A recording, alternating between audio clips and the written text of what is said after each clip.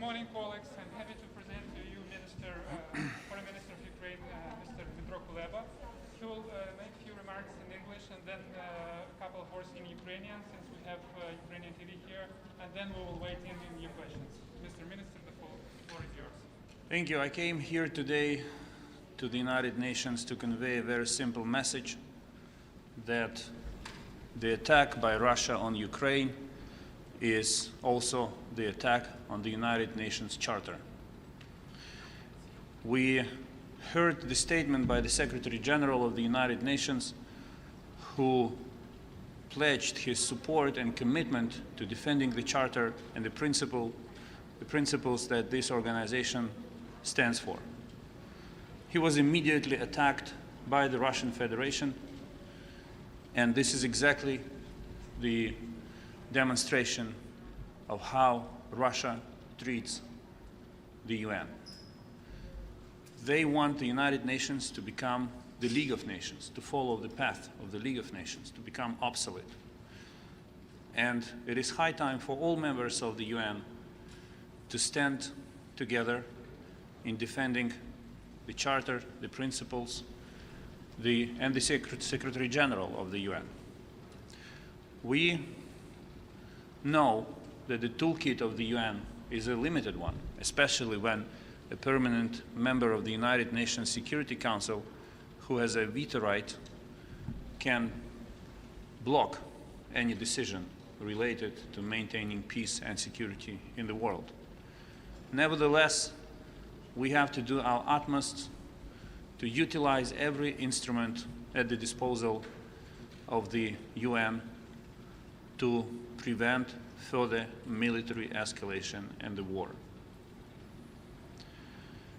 And now I will say a couple of words in Ukrainian.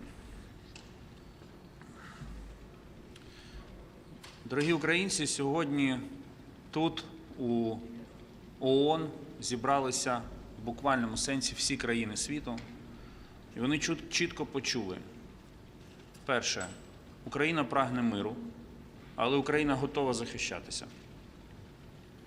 Друге, зараз в буквальному сенсі від кожної країни, члена ООН, залежить, чи буде зроблено все для того, щоб захистити світовий порядок і не допустити руйнування і дискредитації Організації Об'єднаних Націй з боку Росії. На жаль, Росія є постійним членом Ради безпеки, має право вето і буде намагатися блокувати будь-яку діяльність ООН. Але саме зараз настав той момент, коли ООН має продемонструвати лідерство. Я почув обнадійливу позицію Генерального секретаря ООН, його готовність боротися за ООН. І сподіваюся, що ця позиція надихне і багатьох співробітників організації, і держави-члени. І останнє. В 1994 році Україна відмовилася від свого ядерного арсеналу. Ми зробили неоціненний внесок в світову безпеку. Ніхто в світі більше такого не робив. І тому ми переконані, що сьогодні світ має як один стати на захист України і допомогти нам відстояти нашу незалежність, нашу територіальну цілісність, наш суверенітет. Кожна країна-член ООН має свою позицію, має свої національні інтереси, ми поважаємо це. Але немає такої держави-члена ООН, яка не може зараз надіслати чіткий сигнал в Москву, що ця війна не потрібна світові, і Росія має зупинитися. І саме до цього я закликав сьогодні Організацію Об'єднаних Націй. Ми також порушили декілька конкретних ініціатив, до яких могла б вдатися ООН та її держави-члени для стримування агресії, для запобігання війні. Серед інших це скликання саміту у форматі постійних членів Радбезу, плюс Україна, Туреччина, Німеччина. Зараз кожен дипломатичний інструмент має бути використаний для збереження миру. І ми будемо це робити щодня і щоночі. Дякую. Now I stand ready to take your questions. Hi, Mr. Foreign Minister. Amanda Price from Al Jazeera English. Russia seemed to make very clear in the GA today that they don't see a role for the UN Secretary General's good offices in mediation. And as you said, Russia has a veto in the Security Council, which it could use on any resolution meant to send peacekeepers. So what realistically can the UN do beyond issuing strong statements? What are you expecting? Well, that's exactly what I said. Today, Russia openly attacked Secretary General of the United Nations. And by doing so, it demonstrated that it attacks the United Nations as a whole. And I believe that all member states who share the principles of this organization in good faith should stand by Ukraine and should stand by Secretary General. You are absolutely right. UN can adopt resolutions, send messages, but unfortunately this is something that needs to be done, but this is something that would not be enough. So what could be practically done? First, the Secretary General should continue to demonstrate leadership. Second, the United Nations should consider the entire toolkit available to them that does not require approval by the UN Security Council and utilize these instruments available to them. One of them is the significant increase of humanitarian assistance to Ukraine under the circumstances. Second,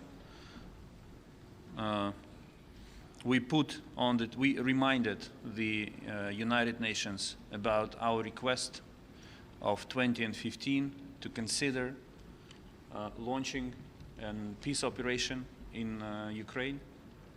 And there is a way to do that without the UN Security Council decision based on the UN General Assembly resolution. So I'm certain that if there is a will, there is a way.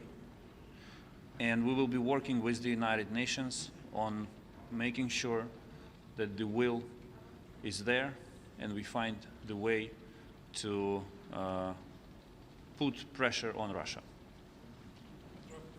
Minister, you got to talks with Americans yesterday. You met Secretary Blinken, you met President Biden. You never comment on that until now. Could you tell what is the main message you got from Americans? The United both, not even both, but my three main counterparts, my three main interlocutors in Washington, President Biden, State Secretary Blinken, and Secretary of Defense Austin, they all conveyed three very clear messages. First, the United States will stand by Ukraine, whatever happens, whatever scenario Russia will prefer. Second, the United States will continue to provide Ukraine with defensive weapons to further build our capacity to defend our country. And I would like to assure you that we would be happy if we never have to pick up those weapons and use them in the battlefield. We want peace. But if Russia attacks, we have to be equipped to fight back. And the third message was that US sanctions will be continued. There will be more sanctions on Russia, more painful sanctions on Russia, and they will be done in close coordination with the allies, with the US allies in Europe and other parts of the world in order to ensure the maximum efficiency of these sanctions. So these are the political messages, but I assure you that in our talks we were very specific about the ways how these messages will be turned into actions in the coming days. And we appreciate, for example, the sanctions which were already imposed by the United States, Canada, United Kingdom, the European Union, some other countries, but this is not enough. And our partners should not wait for Russian rockets to hit Ukrainian soil or Russian planes to cross into our airspace to impose the new wave of sanctions. Sanctions make sense when they deter Russia from further action. So the time for the next wave of sanctions has come. We are in a very dynamic situation and every day matters. Thank you, Stefano Vaccara, Voce di New York. This is a follow-up and another question. So can we say that you, after the meeting in Washington, you are satisfied, completely satisfied? Because there were reaction in Washington by the other party that say that President Biden was too weak in his reaction toward Russia. So I would like you to respond to this. And then today, what you heard so far, the speeches, there will be more, China will speak. Are you satisfied, the reaction? Is Russia isolated enough in this building at the moment? I will be satisfied when the last Russian soldier withdraws from Ukrainian territory. Until it doesn't happen, I cannot be fully satisfied. But what we saw yesterday and the day before in Washington, in London, in Brussels, in Ottawa, was a clear demonstration that, that our partners understand clearly one simple fact. This is not only an attack on Ukraine. This is an attack on the existing world order. And the fact that they imposed the first wave of sanctions is appreciated.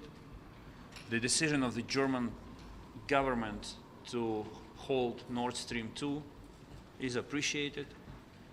But this is not enough to stop Putin. And this is why the message that I received yesterday in Washington, that what was already done is not the end of story, and more actions will be taken. And we will be looking forward to it. And my message is simple, that do not wait too long. You have to act now. Literally every day, decisions have to be adopted. More sanctions have to be imposed. More weapons have to be supplied. More diplomatic efforts have to be undertaken.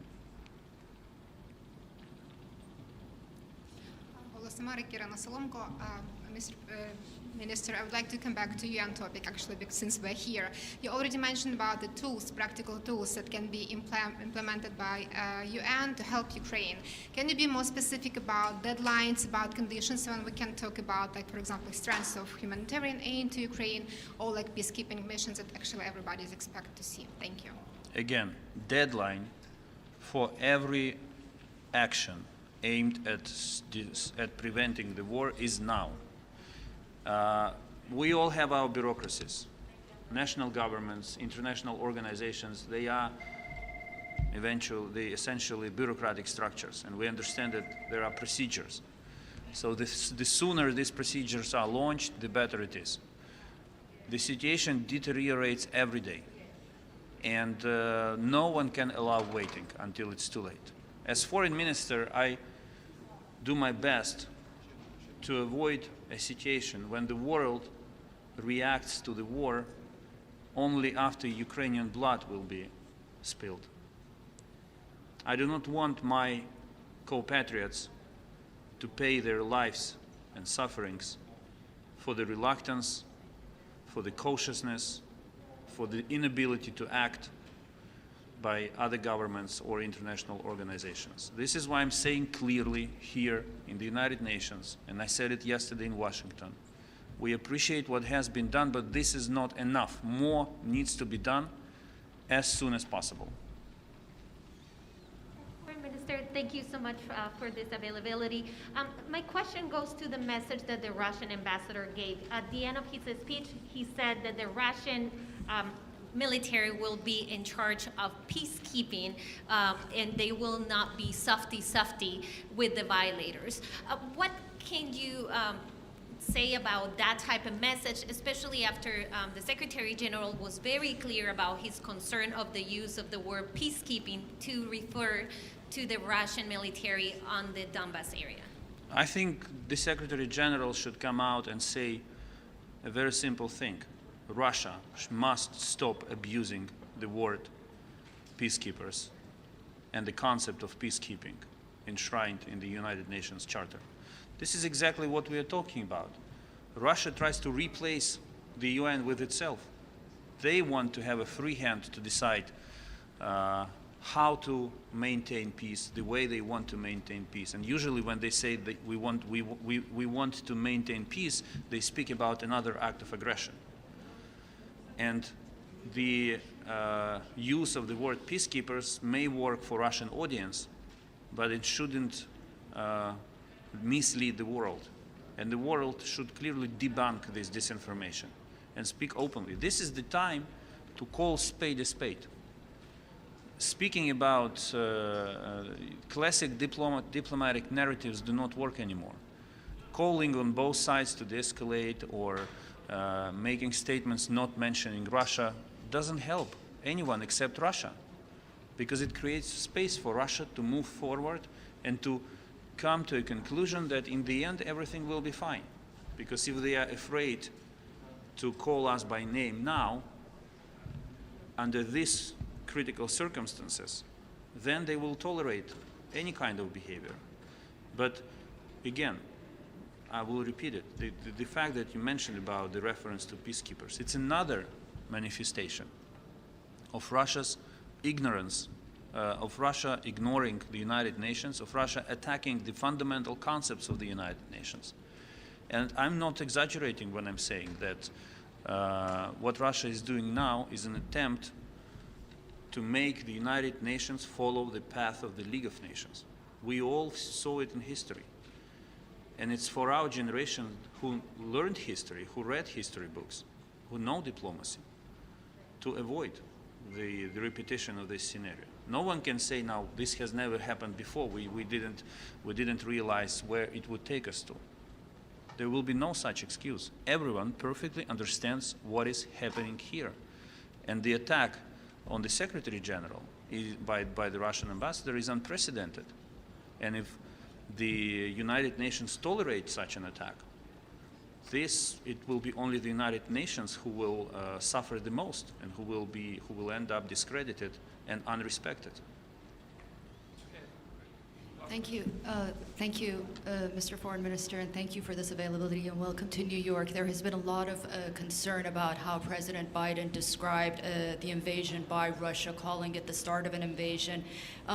Just to follow up to what you mentioned, did you talk to him about how he might have moved the goalpost in imposing sanctions on Russia, how for months he threatened to impose those hard-hitting sanctions, and now there is talk that perhaps throwing Russia out of the SWIFT financial system might be out of the question. That was the nuclear option. And my second question is, after what you heard from the Russians today at the United Nations General Assembly, under what circumstance would you sit down at the same table with your Russian counterpart, Sergei Lavrov, for some kind of negotiation about this matter? Thank you. As far as I understand President Biden, his idea is to impose sanctions by waves. And we accept this approach. But what I said to the President yesterday, what I said to other interlocutors and during my meetings here in the United Nations, is that these waves should come one after another. Again, we appreciate decisions already taken, but they're not enough to prevent Russia from changing their mind, to prevent President Putin from changing their mind. This is not enough. And we should not allow Russia the slightest possibility to think that the unbearable sanctions which were promised to them will be bearable. Now, on Minister Lavrov, I was appointed as foreign minister in March 2020, and since then there were numerous attempts to arrange our meeting in Normandy formats. I reach out to speak bilaterally on the phone to him, but he never picks up the phone. He never agrees he never agreed to meet in the Normandy format. He is talented enough to find all kinds of excuses why he shouldn't show up. So I don't care about him. If he is ready to convince President Putin to stop this madness, we are ready to sit down. I'm open. If he just follows if he just reinforces the narratives of President Putin and chooses war to diplomacy, that's his choice. That's his choice, and he will pay for that. Hello, I'm Kaori Yoshida from Nikkei, Japanese business news. Japan, along with some Western nations, have imposed sanctions on Russia over Ukraine. There are a lot of Japanese media here today. Could we get a reaction from you on these movements and from the announcement of potential additional sanctions by Japan? We expect a stronger reaction by Japan and a stronger action by Japan for a number of reasons which I'm not going to elaborate on today. I believe Japan must be vitally interested in not allowing Russia to crush the existing world order based on rules, and not to demonstrate by its example to others that this is a path of success, and the one who dares eventually succeeds. And these are the global consequences of the Russian aggression against Ukraine.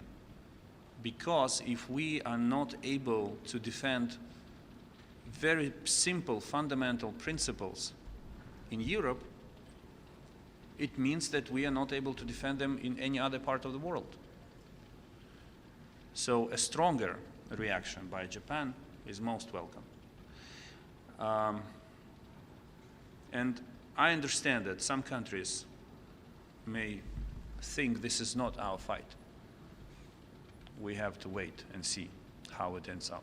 Some believe that we have excellent relations with Russia. Why should we put them at stake? But this is not about Ukraine. This is really about the destruction of the world order. And every nation who has this kind of considerations should understand simple fact. Now Russia tries to behave nicely to them, to keep them under control and avoid additional pressure coming from new corners.